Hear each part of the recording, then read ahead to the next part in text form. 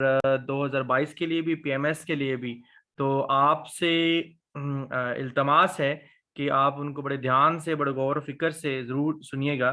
तो और आपको इंशाल्लाह जो है वो काफ़ी अच्छा जो है ना रिस्पांस मिलेगा उन सेशंस के थ्रू, ठीक है। तो अस्सलाम वालेकुम आयशा, आप ना उधर से आपका वॉल्यूम नहीं और शो हो रहा, तो आप जो है ना अपना वॉल्यूम ठीक करें पहले, ठीक है।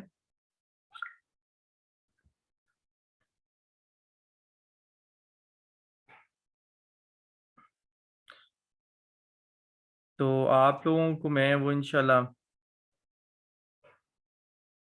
फैज़ान फरीद मुगल मैंने आपको ग्रुप में सेंड किए हुए लेक्चर्स, ठीक है।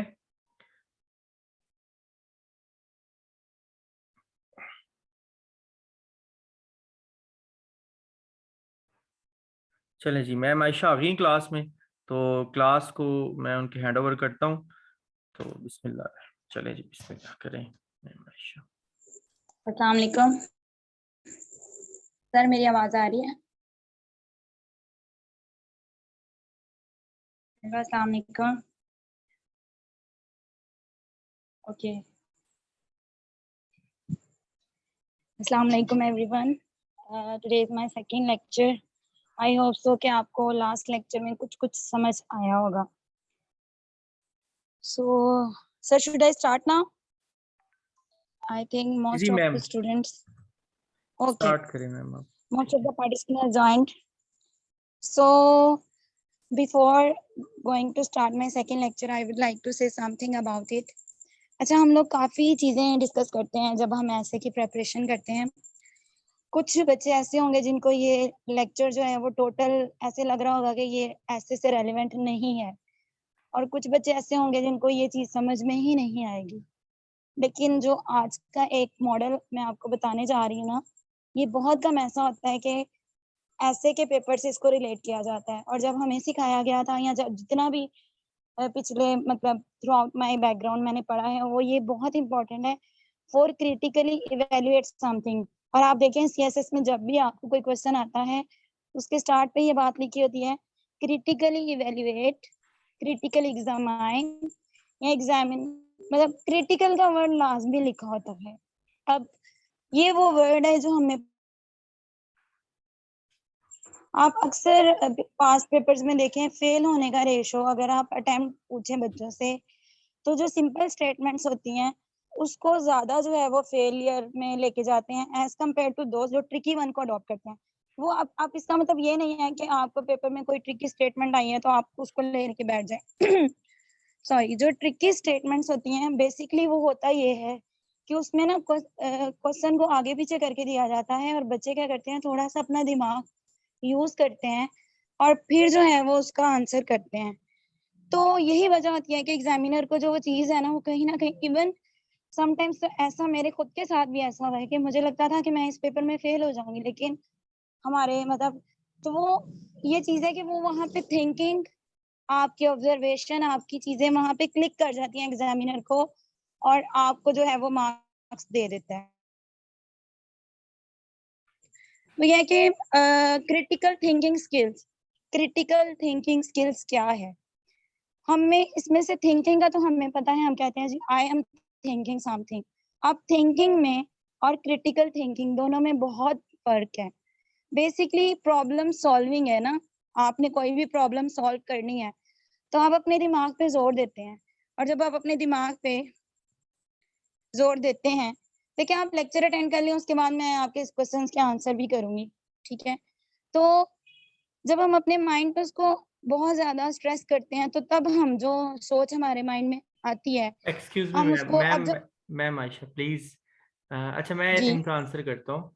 अनम ने एक सवाल किया कि आर यू सीएसएस क्वालिफायर। तो यहाँ पे जो सब्जेक्ट आपको पढ़ाया जाता है, तो डेफिनेटली वो बंदा जो आपको पढ़ा रहा है वो सीएसएस के उस सब्जेक्ट में क्वालिफाइड होता है, ठीक है।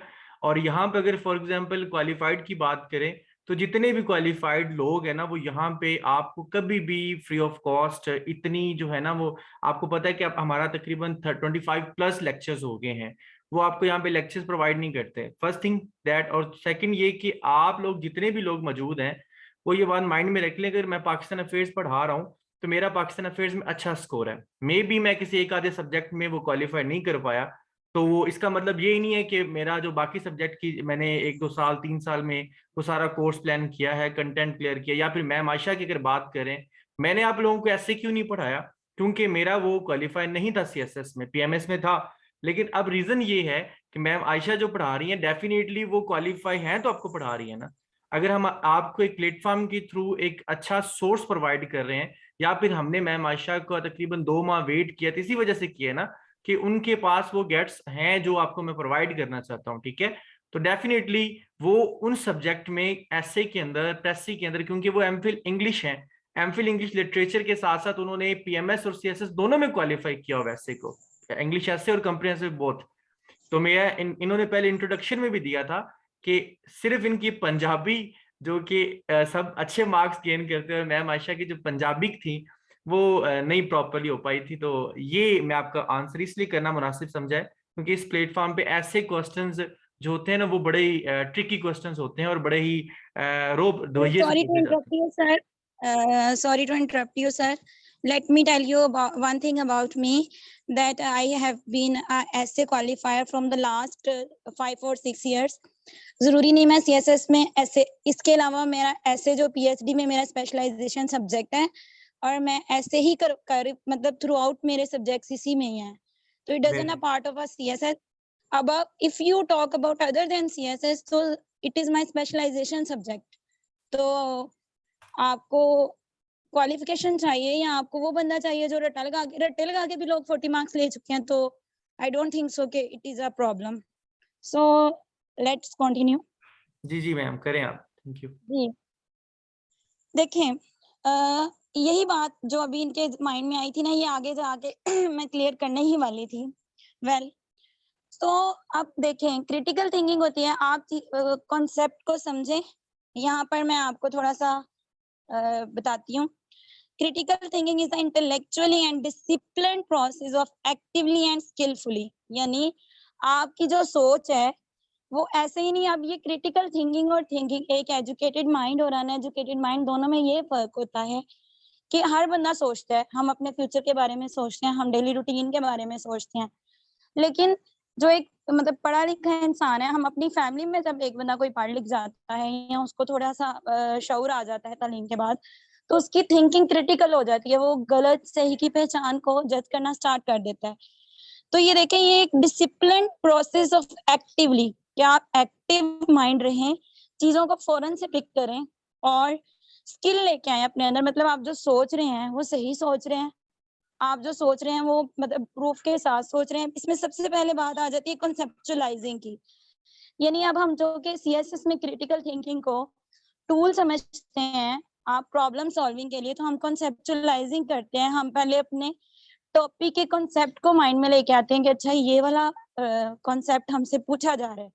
सिर्फ वर्ड की बेस पे, जैसे डेमोक्रेसी है या एजुकेशन है या इंफॉर्मेशन टेक्नोलॉजी है, मे बी वो एक वर्ड है लेकिन उसके पीछे का कॉन्सेप्ट कोई और हो। फिर हम क्या करते हैं, जब हमने कॉन्सेप्ट को पिक कर लिया तो हम अप्लाई करेंगे उसके ऊपर डिफरेंट चीजों को, यानी फौरन से पहले अब हम लिखना तो स्टार्ट नहीं करेंगे, और जो फौरन से पहले लिखना स्टार्ट करेगा वो डेफिनेटली रट्टा लगाई हुई चीज लिखेगा, और सीएसएस में रट्टे की कोई जगह नहीं है। इस बात को अपने जहन में रखें कि अगर आपको किसी का लिखा वैसे मिल गया है और आप ये सोच रहे हैं कि मेरे पास 15 आउटलाइंस जो हैं वो इकट्ठी हो गई हैं इंफॉर्मेशन टेक्नोलॉजी के ऊपर, या मेरे पास वाटर क्राइसिस के ऊपर किसी का डाटा मेरे पास अवेलेबल है, तो ये एक बात याद रखें कि जो भी क्रिटिकल इवेल्युएशन हुई है वो किसी और माइंड की हुई है, वो आपके माइंड की नहीं है। और आप उस सिनेरियो से कभी भी सोच के नहीं लिख सकते जो उस बंदे ने लिखा हुआ है।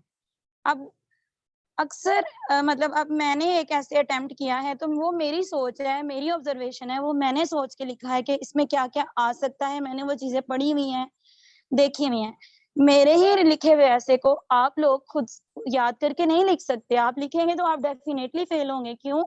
क्योंकि आपने अपने माइंड को तो यूज़ ही नहीं किया। आपके माइंड ने तो उस चीज़ को सोचा ही नहीं। आपने बस सोचा कि ये पॉइंट आया, चलो इसको लिख देते हैं।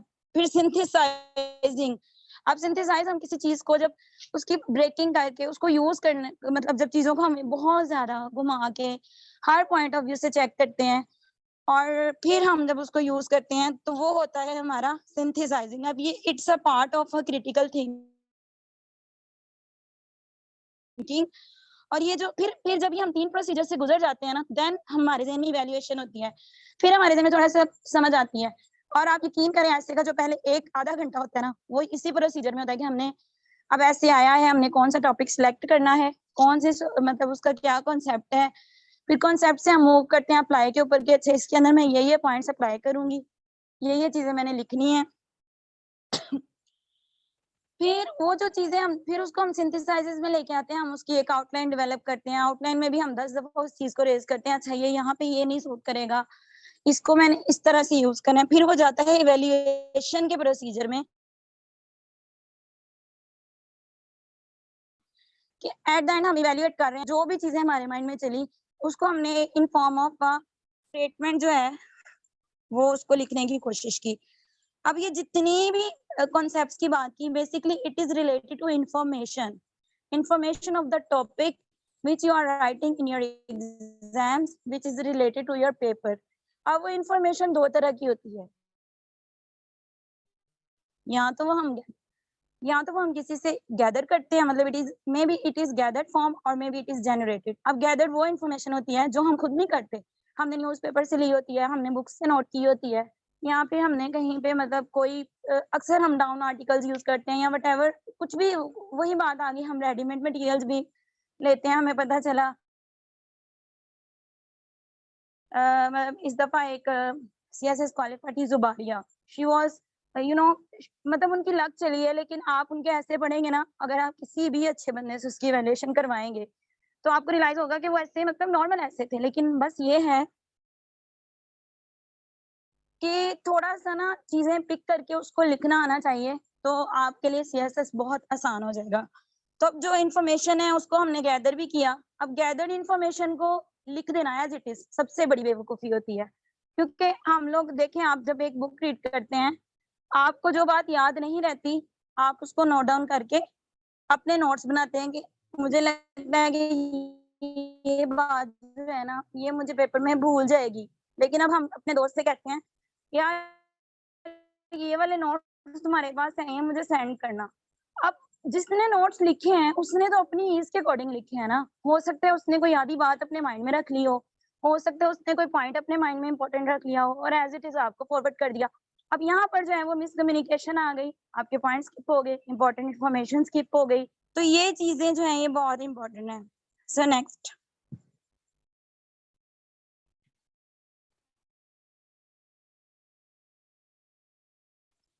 अच्छा जी, अब नेक्स्ट जो इसका एक बहुत ही, अब देखिए जो क्रिटिकल थिंकिंग है ये आपके माइंड ने करनी है, ना तो मैंने करनी है, ना आपके टीचर ने करनी है, ना आपके दोस्तों ने करनी है। पेपर आपने देना है, वहाँ पे बैठे आपने होना है। उस टाइम बैठे हुए जो आपके दिमाग में आएगा आप वही लिख सकते हैं और आपके माइंड में उन 3 घंटों में वही कुछ आएगा जिसकी आप प्रैक्टिस करके जाएँगे। अगर आपको प्रैक्टिस नहीं है, आप सिर्फ रेडीमेड मटेरियल पे रिलाई कर रहे हैं कि सर हमें सेंड कर देंगे 5 ऐसे, 6 ऐसे इम्पोर्टेंट ऐसे, या सर हमें डाटा भेज देंगे। तो ये चीज़ जो है ना, ये आप अपना टाइम ज़ाया कर रहे हैं, अपनी बहुत कीमती अटेम्प्ट को वेस्ट कर रहे हैं। क्योंकि सर आपको जो मर्ज़ी भेज दें, पेपर में सोचना आपने खुद ही है। अब जो ये देखिए, it is your internal process, no one can make you critical thinker. अब सबसे पहला स्टेप जो हमारी क्रिटिकल थिंकिंग में आता है वो ऑब्जर्वेशन होती है। अब ऑब्जर्वेशन क्या चीज़ है? हमने फॉर एग्जांपल आजकल जैसे आपने देखा है कि डिफरेंट पॉलिटिकल पार्टीज़ में चल रही हैं, मतलब इंटीग्रेशन है या झगड़े चल रहे हैं, या मतलब कोई कह रहा है कि जी इमरान खान जाएगा, कोई कह रहा है ये आएगा। तो अब ये ऑब्जर्वेशन हर बंदे की डिफरेंट है। कोई कहता है, मतलब कोई अपनी ऑब्जर्वेशन की बात करेगा, उसके अच्छे सर्कमस्टांसेस जो है उसकी गवर्नमेंट के बाद अच्छे हो गए, उसकी ऑब्जर्वेशन चेंज होगी टाइमली। हमारी ऑब्जर्वेशन पॉजिटिव भी हो सकती है, नेगेटिव भी हो सकती है। अब ऑब्जर्वेशन एक खुद के बंदे की होती है। आप किसी और के ऑब्जर्व है कि ये वो सब्जेक्ट है जो मैं आँखें बंद करके भी दे सकती हूँ, लेकिन ऑपोज़िट साइड पे देखा जाए, तो पंजाबी बहुत से लोगों के लिए ईज़ी है, क्योंकि उनकी ऑब्जर्वेशन ये है, उनके साथ ये एक्सपीरियंस अच्छा हुआ, मेरे साथ नहीं हुआ, मैं उस चीज से भागती हूँ। तो observation every person rely on their his और मतलब जो भी वो स्पेसिफिक ऑब्जर्वेशन है। अब वो ऑब्जर्वेशन जो बनी वो उसके खुद के एक्सपीरियंस की बेस पे बनी। अब जरूरी नहीं है वो एक्सपीरियंस थ्रू आउट लाइफ उसके साथ चलता रहे, वो एक छोटे से इंसिडेंट की बेस पे भी हो सकता है। अब इसका सीएसएस के एसएस से क्या रिलेशन है वो मैं आपको बताती हूँ। देखें, आप ये जो ऑब्जर्वेशन है और आपका एक्सपीरियंस है, ये बनेगा आपका style, reflection of your thought, reflection of your writing. कि अब जो आपकी ऑब्जर्वेशन थी और जो आपकी थॉट थी उसका अक्स आपके लिखने में नजर आएगा। अक्सर हमने देखा है जो लोग बहुत नेगेटिव इम्पैक्ट में रहते हैं वो बहुत नेगेटिव हो जाते हैं, उनको लगता है कि ये चीज अच्छी है ही नहीं। और कुछ लोग जो है उनके साथ चूंकि उस चीज में रहते हुए अच्छा हुआ होता है। आप देखिए जब वो बंदा लिखने बैठता है, आप फेमिनिज्म की बात कर लें। अब फेमिनिज्म में जो शुरू से अपने घर में हम देखते हैं टिपिकल कॉन्सेप्ट है गर्ल्स ये और गर्ल्स वो। तो आप देखिए कि आप अपने मतलब फर्दर ये चीज मूव ऑन करेगी, हम उसको कहेंगे कि ये चीज जो है लड़कियां नहीं करती या लड़के नहीं करते। एक्सपेरिमेंट्स में भी हमने घर में देखा होता है। अब हम जब लिखने बैठते हैं तो हमारा जो राइटिंग एक्सपीरियंस है वो हम उसके अंदर लिखेंगे। मेरा पॉइंट ऑफ व्यू मैं खुद ही लिखूंगी। वी डोंट, अब ये एक कोटेशन है जॉन डेल्वी की, we don't learn from experience, we learn from reflecting on the experience। हम अपने एक्सपीरियंस से नहीं सीखते, हम उसके ऊपर अपनी राय देते हैं कि यार ये ना करना, ये करने से ये हो जाएगा। अक्सर हम कहते हैं ना लोगों को, यार तुम ये सब्जेक्ट नहीं कर सकते, ये सब्जेक्ट बड़ा मुश्किल है, ये तुमसे नहीं होगा। मुझसे नहीं हुआ, मैंने 6वां पढ़ा था और ऐसा होता है सामने वाला बंदा 1 महीना पढ़ के वो सब्जेक्ट स्कोर कर लेता है। फिर अब देखें, अब हमारी ऑब्जर्वेशन और हमारा एक्सपीरियंस। अब आप सोच रहे होंगे कि टीचर बता रही हैं तो मिस बार-बार घर से मिसालें उठा रही हैं, कोई मतलब इतनी कोई डिडक्ट अच्छी बात नहीं कर रही। तो मैं इसकी मिसाल, हम लोग यूनिवर्सिटी में पढ़े, हम लोग कॉलेजेस में पढ़े, हम लोग क्या करते थे, हम लोग नोट डाउन करते थे अपने टीचर्स का स्टाइल, वो हमारी ऑब्जर्वेशन होती थी। हमने उसको एक्सपीरियंस करके देखा और उसी तरह से हमें लिखने की आदत पड़ गई। हम लोगों ने उससे निकल के अलग जाके सोचा ही नहीं। हम उन्हीं की बात सुनते थे, उन्हीं की बात करते थे। हालाँकि हम जितना पढ़ चुके हैं, क्रिटिकल थिंकिंग हमारी बहुत स्ट्रांग होनी चाहिए थी। हमारी ओपिनियन बेस्ड जो राइटिंग होती है कि हम क्या सोचते हैं, हम क्या सीखते हैं, हमने दूसरे की बात करनी ही नहीं है। तो ये जो एक्सपीरियंस, ऑब्जर्वेशन और रिफ्लेक्शन आपस में कनेक्ट हुए हैं, तो फिर ही हमें ऑब्जर्वेशन को पिक करके अपने एक्सपीरियंसेस की बेस पे उसको रिफ्लेक्शन में लेके आते हैं कि हम ये जज कर लेते हैं कि यार आइदर दिस थिंग या this information is related to the particular topic. तब हम इस काबिल भी हो जाते हैं कि हम अपनी बोली गई बात को रीजन बता सके कि भाई मैंने ये किया तो मैंने क्यों किया। आप कौन होते हैं पूछने वाले? अगर मैं किसी को गलत कह रही हूँ तो मैं, मेरे दिमाग में इतनी थॉट होनी चाहिए ना कि भाई मैंने एक बंदे को गलत बोला है तो क्यों बोला है, इसने ऐसा क्या किया था कि मुझे इस बात को गलत साबित करना पड़ गया। आप सिर्फ इसलिए कि सारी दुनिया कह रही है वो बंदा गलत है, आप भी उसको गलत कहना शुरू कर दो, तो you are not critical thinker, you are just, वो जिसको कहते हैं ना लकीर का फकीर, वो चीज इसमें आ जाती है। और जो पेपर है ना उसमें हमने लकीर का फकीर नहीं बनना, हमने अपनी बात करनी। हमने एग्जामिनर से अगर डिनाई भी करना है ना तो पूरी कॉन्फिडेंस से करना है कि नहीं ये गलत है या ये सही है, ये एग्जिस्ट नहीं करता, ये एग्जिस्ट करता है। आप अपने पॉइंट्स को इतना स्ट्रॉन्ग करें, अपनी बात को इतना साबित करें कि वो गलत साबित हो ही नहीं। फिर आ जाता है कम्युनिकेशन। नाउ कम्युनिकेशन मीन्स, हम कम्युनिकेशन को नॉर्मली जो लेते हैं टर्म, दैट इज एक दूसरे की बात एक दूसरे तक पहुंचाना, वो तरीका जिससे हम अपनी थॉट को दूसरे बंदे तक पहुंचाते हैं या अपना मैसेज कन्वे करते हैं। तो अब ये सारी बातें जब हमने अपनी लाइफ में ले आए तो ये हुआ कि हमने अपनी बात को अगले बंदे तक पहुंचाना है। और सीएसएस में वो चीज जो है वो हमारा ऐसे है। अब हमारे ऐसे में एक टॉपिक उसने हमें दिया है, उसको पता है कि क्या है डेमोक्रेसी, उसको ये भी पता है कि पॉपुलेशन एक्सप्लोजन क्या है, उसको ये भी पता है कि जी क्लाइमेट चेंज क्या है। हमने, उसने हमें जो रीजन दी, उसने हमें जो बात कही, अब हमारे ऊपर है कि हम उसको कैसे लेके चलते हैं। हम क्या करते हैं, population explosion is this this this, it is called the term. हम टर्म को डिफाइन करना शुरू कर देते हैं, पाकिस्तान कहाँ पे जा रहा है ये बताना शुरू कर देते हैं। तो ये बातें कॉमन है, हर बंदे को पता है कि पाकिस्तान में बहुत ज्यादा मतलब आबादी बहुत नहीं है, पाकिस्तान की डेमोक्रेसी शेकन फॉर्म में है। तो ये चीजें ऑलरेडी रेडीमेड है, उनको पता है। हमने उनको ये नहीं बताना कि डेमोक्रेसी ये है या जमहूरियत क्या है या ये चीज ये है। हमने उनको उनके पॉइंट ऑफ व्यू से लेके चलना है। तो in this exemplary form critical thinking is based on universal intellectual values. ये बहुत इंपॉर्टेंट स्टेप्स हैं। इसके बाद फिर आप मुझे खुद बताइएगा कि ऐसे में आपकी क्या क्लैरिटी आई है, ठीक है। अब ये आप जब इन चीजों को समझ आते कि भाई मैंने सोचना तो है लेकिन मैंने डायमेंशन को चेंज करना है, सबसे पहला स्टेप जो आपने करना है वैल्यू इंपॉर्टेंट, वो है clarity. Clear about issue. Clarity क्या है, हमसे जो बात पूछी जा रही है, जो इशू डिस्कस किया जा रहा है, आइदर हम उसके बारे में क्लियर हैं, हम मतलब पेपर देख के खुशी से इतने अंधे तो नहीं, एक टॉपिक पूछा है तो उसकी डायमेंशन क्या पूछी है, हम एक स्पेसिफिक टर्म देख के इतने एक्साइटेड हो गए हमें पता ही नहीं चला कि हम दो डिस्क्रिप्टिव ऐसे लिख रहे थे या एक्सपोजिटरी लिख रहे थे, निकला वो आर्गुमेंटेटिव, और हम आर्गुमेंटेटिव लिख रहे थे तो वो निकला एक्सपोजिटरी। फिर एक्यूरेसी होनी चाहिए। ओके अबाउट इंफॉर्मेशन, ये मैंने खुद लिखा है पॉइंट के साथ ताकि आपको क्लियर हो जाए। अब ओके अबाउट इंफॉर्मेशन क्या चीज है, आपके पास जो इंफॉर्मेशन है क्या वो ठीक है। अब देखें लास्ट टाइम अगर कोई इंसिडेंट हो जाता है, हम लोग अक्सर ऐसा होता है कि मतलब मुझे कॉल आती है या मैं किसी से पूछती हूँ, मेरा करंट अफेयर्स में इतना जो है वो इंटरेस्ट नहीं है, तो मतलब मैं किसी से पूछ रही हूँ तो यार मुझे बताएं ये टॉपिक आजकल कौन सा इंपॉर्टेंट है। अब हमने वो टॉपिक देखे, इससे मतलब किसी की सुनी सुनाई बात को वैसे ही तो नहीं लिख रहे, खुद की सर्च है या नहीं है।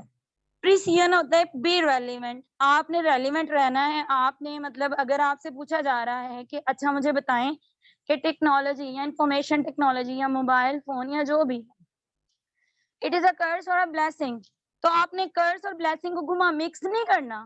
आपने एक न्यूट्रल सी स्टेटमेंट बनानी है कि ये ऐसे भी हो सकता है ऐसे भी हो सकता है, बट यहाँ तो आप एक साइड पे चले जाएं, यहाँ आप दोनों साइड्स को साथ लेके चले।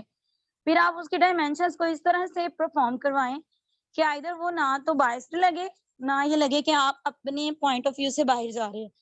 कंसिस्टेंसी, अपने पॉइंट पे साबित कदम रहे। मैं बार बार ये बात कहती हूँ और हमारे सर भी हमें यही कहते थे, जब भी वो बात हम लोग बात करें अपनी बात पे कायम रहें। आपके सामने बेशक 10 लोग भी आ गए और आपको कह रहे हैं नहीं यार छोड़ दे जाने दे, ये ऐसे नहीं ऐसे हो सकता है, मतलब आपने अपना एक ऐसे का स्टैंस लिया है, आप उस पे कायम रहें, आप उससे हटे मत। अभी हटना ये नहीं है कि असल जिंदगी में आप झगड़ा कर रहे हैं और आपसे किसी ने कोई बात पूछी है तो आप उसको जो है वो you are just denying the fact and you are making yes no. It means कि आप पेपर में एक पॉइंट जो आपको भी चूज किया ऐसे के लिए कि मैं ये वाला ऐसे का पॉइंट लेके आगे जाऊंगी, मैंने इसको यस में जाना है या मैंने नो में जाना है, तो आपने उस पॉइंट के ऊपर स्टिक रहना है, रेलिवेंट रहना है, टाइम पास नहीं करना। यानी मेन थीम जरूर बताना है कि वाकई वो चीज है भी या नहीं, आप यूं ही उसको घुमा रहे हैं, मतलब आप घुमा नहीं सकते एग्जामिनर को। आपके पास अब नहीं वाला नॉलेज है ही नहीं, बस आप टाइम गुजार रहे हैं कि अच्छा मैं ऐसे लिखने की कोशिश करती हूँ, मैंने कहीं पढ़ा था, तो ये चीज नहीं है। आपके पास सॉलिड रीजंस होनी चाहिए और फिर अपनी बात को साबित करने के लिए एग्जाम्पल भी होना चाहिए, कोटेशन भी होनी चाहिए। फिर हमारे पास आ जाता है साउंड एविडेंस, वही बात जो मैंने अभी कही। अच्छा ऐसे में ना आप अपने पॉइंट को 3 से 4 चीजों के साथ जो है ना साबित कर सकते हैं। यहाँ तो आप किसी बंदे की कोटेशन उठा ले उससे रिलेटेड कि फलां बंदे ने इस बात पे ये बात कही थी। मोस्टली कायदे आजम की बातें जो डेमोक्रेसी में यूज होती हैं, अल्लामा इकबाल की कुछ, कोई इंटरनेशनल लेवल की ले लें या नेशनल लेवल की ले लें, ठीक है। अगर आपके पास कोटेशन अवेलेबल नहीं है, आप कोई एक स्पेसिफिक टर्म उठा लें कि फलां सब्जेक्ट की फलां टर्म है वो इस टॉपिक के साथ रिलेट कर रही है, तो आप उसका कोई नाम लिख दें, कोई बुक रेफरेंस लिख दें कि फलां बंदे ने ये बुक लिखी थी तो उसमें यही पॉइंट उठाया गया था। वो नहीं आपके पास, आप कोई वो डाल दें, फैक्ट एंड फिगर डाल दें जी इतने % लोग हैं यहाँ पे, या अगर मतलब कोई जैसे कि आप देखें फेमिनिज्म है उसके अंदर आप ऑनर किलिंग लिख रहे हैं, तो आप बहुत मशहूर एक कंदील बलोच या इस तरह से जो मतलब हैं मलाला यूसुफजई हैं, तो आप उनसे रिलेटेड कोई 1-2 एग्जांपल्स बता दें। एग्जांपल्स आपके पास अवेलेबल नहीं है, आपको डाटा दे दें कि जितने पर्सन हैं। रिसेंटली न्यूज़पेपर में एक खबर आई थी कि मतलब एक लड़की थी, तो ऐसे मतलब आप कोई रीसेंट न्यूज़ भी बता सकते हैं। ज़रूरी नहीं है आपके पास अब कोई एक बुक है उसका रेफरेंस नहीं है। आप कुछ भी लिख सकते हैं, बट वो चीज़ एग्ज़िस्ट करनी चाहिए, फेक नहीं लिखना। ब्रेड्थ, डेप्थ हो गई। डेप्थ का मतलब होता है कि आपने सोच समझ के एक पैराग्राफ लिख लिया, अब आपने उसके अंदर जो बातें डाली है ना, आप उसी पे रिलाई करें। उसको एक पॉइंट से अब एक पॉइंट खत्म किया ना, अपनी आउटलाइन के दूसरे पैराग्राफ को उससे कनेक्ट करें। मतलब जैसे अगर आप कोई इंसिडेंट बता रहे हैं तो उसको खत्म करें, फिर उससे आगे चलें। फिर ब्रेड्थ को मैं इस तरह से मतलब ये वही हिसाब है कि अगर एक प्लेन क्रैश हुआ है पाकिस्तान में, तो हम डिफरेंट न्यूज़ या उस बात को छोड़ के अगर हम रिसेंटली एक कोई इंसिडेंट देखते हैं, तो अभी नूर मुकद्दम वाला एक केस बहुत चला। अब हम देखें, हमें सच नहीं पता। हम क्या कर रहे हैं, हम डिफरेंट न्यूज़ चैनल्स पे देख रहे हैं, डिफरेंट यूट्यूब चैनल्स पे देख रहे हैं, डिफरेंट न्यूज़पेपर्स में पढ़ रहे हैं, कोई कुछ कहता है, कोई कुछ कहता है, कोई कहता है जी लड़की की गलती है, कोई कहता है जी वो मेंटली एक रिटार्डेड पर्सन है। तो ये सारी जो ब्रेड्थ होती है, मतलब चीज़ें घुमाते-घुमाते कहीं की कहीं पहुँच जाती हैं। अब हमें सच्चाई तो पता ही नहीं, हम रिलाई न्यूज़पेपर्स पे कर रहे हैं। तो इस तरह की चीज़ को अवॉइड करें जिसका आपको इल्म ही नहीं है कि भई इसकी गहराई कहाँ पे जाके खत्म होती है, ये कहाँ से टॉपिक निकला था। फेयरनेस, ये बहुत इंपॉर्टेंट टॉपिक है, यानी पार्ट है इस टॉपिक का, वो ये है कि आपने फेयर रहना है, आपने बायस्ड नहीं होना, आपने किसी किस्म का प्रेजुडिस सेक्ट को नहीं प्रमोट करना। अब हम मुस्लिम हैं और एक अभी देखिए हम रिसेंटली एक मतलब आपने एक देखा सुना होगा, इंसिडेंट हुआ जहाँ पर एक मुसलमान को जला दिया गया, ये कहकर कि जी इसने तो मतलब कि नाउज़ुबिल्लाह अल्लाह ताला का मतलब ये कोई शान में गुस्ताखी की थी, तो इसलिए उसको मार दिया गया। अब हम बीइंग अ मुस्लिम हम देखें तो हम जस्टिफाई करेंगे कि नहीं सही हुआ, इसको तो मरना ही चाहिए था। तो ये इस तरह की जो राय होती है ना, जो मतलब आपने पेपर में जज़्बाती नहीं होना। अगर कोई टॉपिक फॉर एग्ज़ाम्पल आपसे यही टॉपिक पूछ लें कि आपको क्या लगता है कि जो जलाया गया किसी को, is it true that the burning of a man on the name of a religion is true? How would you agree? तो इस तरह का अगर कोई क्वेश्चन आपसे पूछ भी सकते हैं, ये जेंडर स्टडीज़ में बहुत इम्पोर्टेंट है, या इस्लामिक रिलिजन्स में पूछ लेते हैं इस तरह के क्वेश्चन रिसेंट टॉपिक्स पे। आपने ये नहीं कहना, yes being a Muslim I agree, या इस तरह का कोई स्टेटमेंट नहीं पास करनी। आपने ह्यूमन बीइंग बन के सोचना है। आपने मुस्लिम, क्रिश्चियन, हिंदू, या आप लड़के हैं तो लड़कियों के अगेंस्ट नहीं जाना, आप लड़की हैं तो लड़कों के अगेंस्ट नहीं जाना। मतलब आपने न्यूट्रल रहते हुए जो चीज़ एक बंदे के लिए गलत है, वो दूसरे के। अच्छा जी। अब हमारे पास आ गए सीएसएस टॉपिक्स। अब जो कुछ आई होप सो कि आपको मज़ीद चीज़ें क्लियर होंगी। जी वो ये है, सबसे पहला टॉपिक आया 2020 का, polarised politics, the issues and challenges of democracy in Pakistan. देखें, अब ये जब आया था 2020 में टॉपिक, तो लोगों ने बस ये देखा, पहले 2 वर्ड्स को इग्नोर करके स्टार्ट किया, इश्यूज बताए, चैलेंजेस बताए और उसका हल बताया, और अपने सर से ऐसे को ऐसे खुशी-खुशी कर आए कि जी मैंने तो पॉलिटिक्स पढ़ा हुआ था और मैं ये लिख के आ गया हूँ। अब ये दिस वाज द आर्गुमेंटेटिव। अब वो भूल गए कि पोलराइज्ड पॉलिटिक्स तो मेन टर्म थी, पोलराइज्ड पॉलिटिक्स मेन टर्म थी। उन्होंने ऐसे की सिनेरियो ही चेंज कर दी। मतलब उन्होंने लिख दिया जी अच्छा जी हमारे this kind of politics we have, what are the challenges we are facing right now and what are the solutions for this, how we can control this, what are the solutions। इस तरह से करके हमने अपना अब ये देखें, polarised politics होता है शेकन एलिमेंट को, मतलब पाकिस्तान में स्टेबिलिटी नहीं है पार्टीज की, everyone is making their own home, everyone is trying to take advantage from the government। Imran Khan इधर है, तो ये शेकन था कि जी जो शेकन गवर्नमेंट है कि मतलब जो पार्टीज हैं उनकी आपस में कोई राय नहीं है, इस वजह से क्या चैलेंजेस है जो हमारी कंट्री को फेस करने पड़ते हैं। ये शेकन गवर्नमेंट थी, शेकन पॉलिटिक्स थी, सॉरी गवर्नमेंट नहीं पॉलिटिक्स, हम यहाँ पे गवर्नमेंट को भी नहीं कह सकते, तो वो हमने उसको बताना था।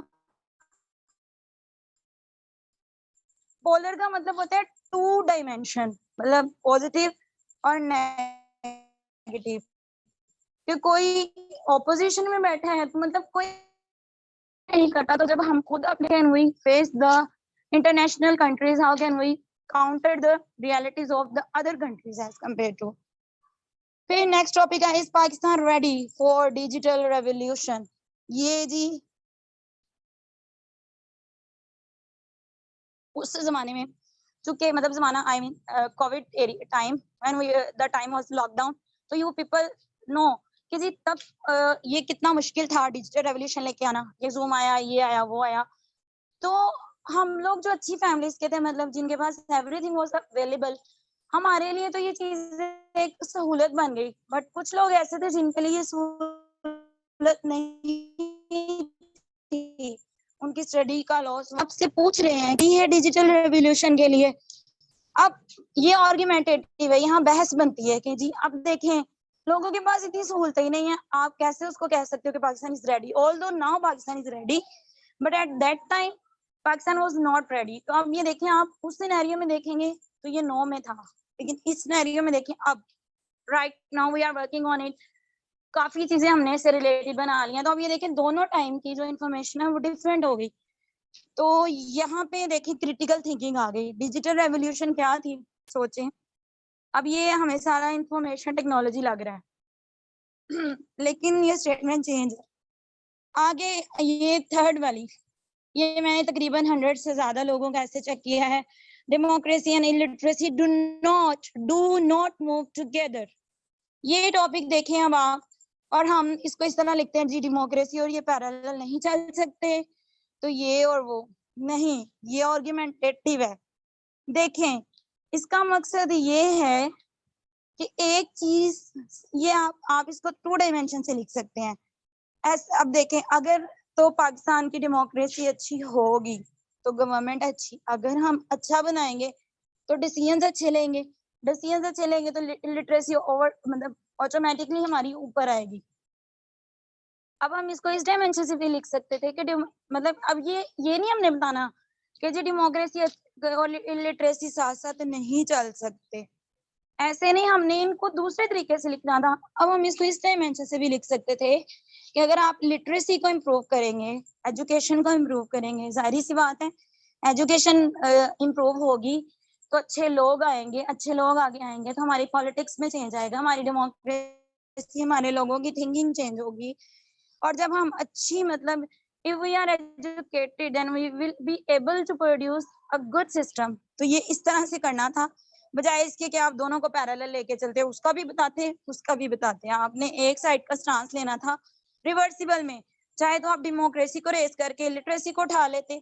उसके बाद है ये वाला एक्सपेंडिंग इंफॉर्मेशन टेक्नोलॉजी। तो ये देखें अब ये 2 तरह से हो सकता है, एक तो ये कि जो भाड़ है उसका क्या है कर्स और ब्लेसिंग, ये सेम आर्गुमेंटेटिव है। अब ये लास्ट वाला जो मैंने आर्टिस्टिक ऐसे बताया था जिसमें आप अपनी चॉइस लिख सकते हैं। many of us are not living our dreams because we are living with our fears। ये ऐसे मोस्टली लोग अटेम्प्ट नहीं करते, उनको कोटेशन ही समझ में नहीं आती, लेकिन ये यहाँ पे हमने ये बताना था कि हमारी जिंदगी में इतने फियर है, fear of that, fear of dreams को जिंदा इसलिए नहीं करते कि हमारे फादर को नहीं पसंद, हमारी कंट्री में अलाउ नहीं है, ये इस तरह से करके ये जो फियर्स है ना, तो ये चीजें जो है अब यहाँ पे क्रिटिकल थिंकिंग जो है ये अटैच करती है आपके साथ। नेक्स्ट, अब मोड्स ऑफ क्रिटिकल थिंकिंग ये हैं, यानी आप जो भी प्रॉब्लम सॉल्व कर रहे हैं उसके लिए साइंटिफिक थिंकिंग होती है, मतलब कोई साइंटिफिक रीजन में जो साइंस प्रूव करती है बात आप प्रूफ नहीं करते। यहाँ पर आप थिंकिंग को इस तरह से करें, जिन बच्चों का साइंटिफिक बैकग्राउंड है वो ऐसे में साइंटिफिक इंफॉर्मेशन लाते हुए अपने ऐसे को प्रूव कर सकते हैं। आप हिस्ट्री लेके आ सकते हैं, हिस्ट्री मतलब जैसे पाकिस्तान 1947 से ऑनवर्ड्स गवर्नमेंट कैसी रही, यहाँ कैसा सिस्टम रहा।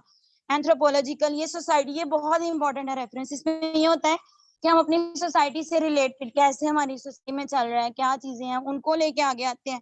इकोनॉमिक थिंकिंग, हम अपनी इकोनॉमी के साथ रिलेट करते हैं टॉपिक को। मॉरल थिंकिंग, जहाँ पे हम अपनी मतलब कम्युनिटी की बात करते हैं कि लोग जो हैं आजकल मतलब ज्यादा मटेरियलिस्टिक हो गए हैं। फिलोसफिकल थिंकिंग, ये रिलेटेड टू फिलोसफी है। यानी ये 4 से 5 चीजें हैं अब क्रिटिकल थिंकिंग में हम किस तरह का एग्जामिनेशन करते हैं, हम क्या अच्छा, करते हैं तो सॉरी फॉर इंटरप्शन मैम,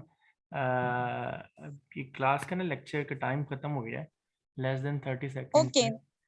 तो ये जो हमारा ओके है लास्ट वाला जी, हम नेक्स्ट लेक्चर में ना हम उसको एक्सटेंड करेंगे ओके ओके कुछ। सर। हाँ अच्छा जी।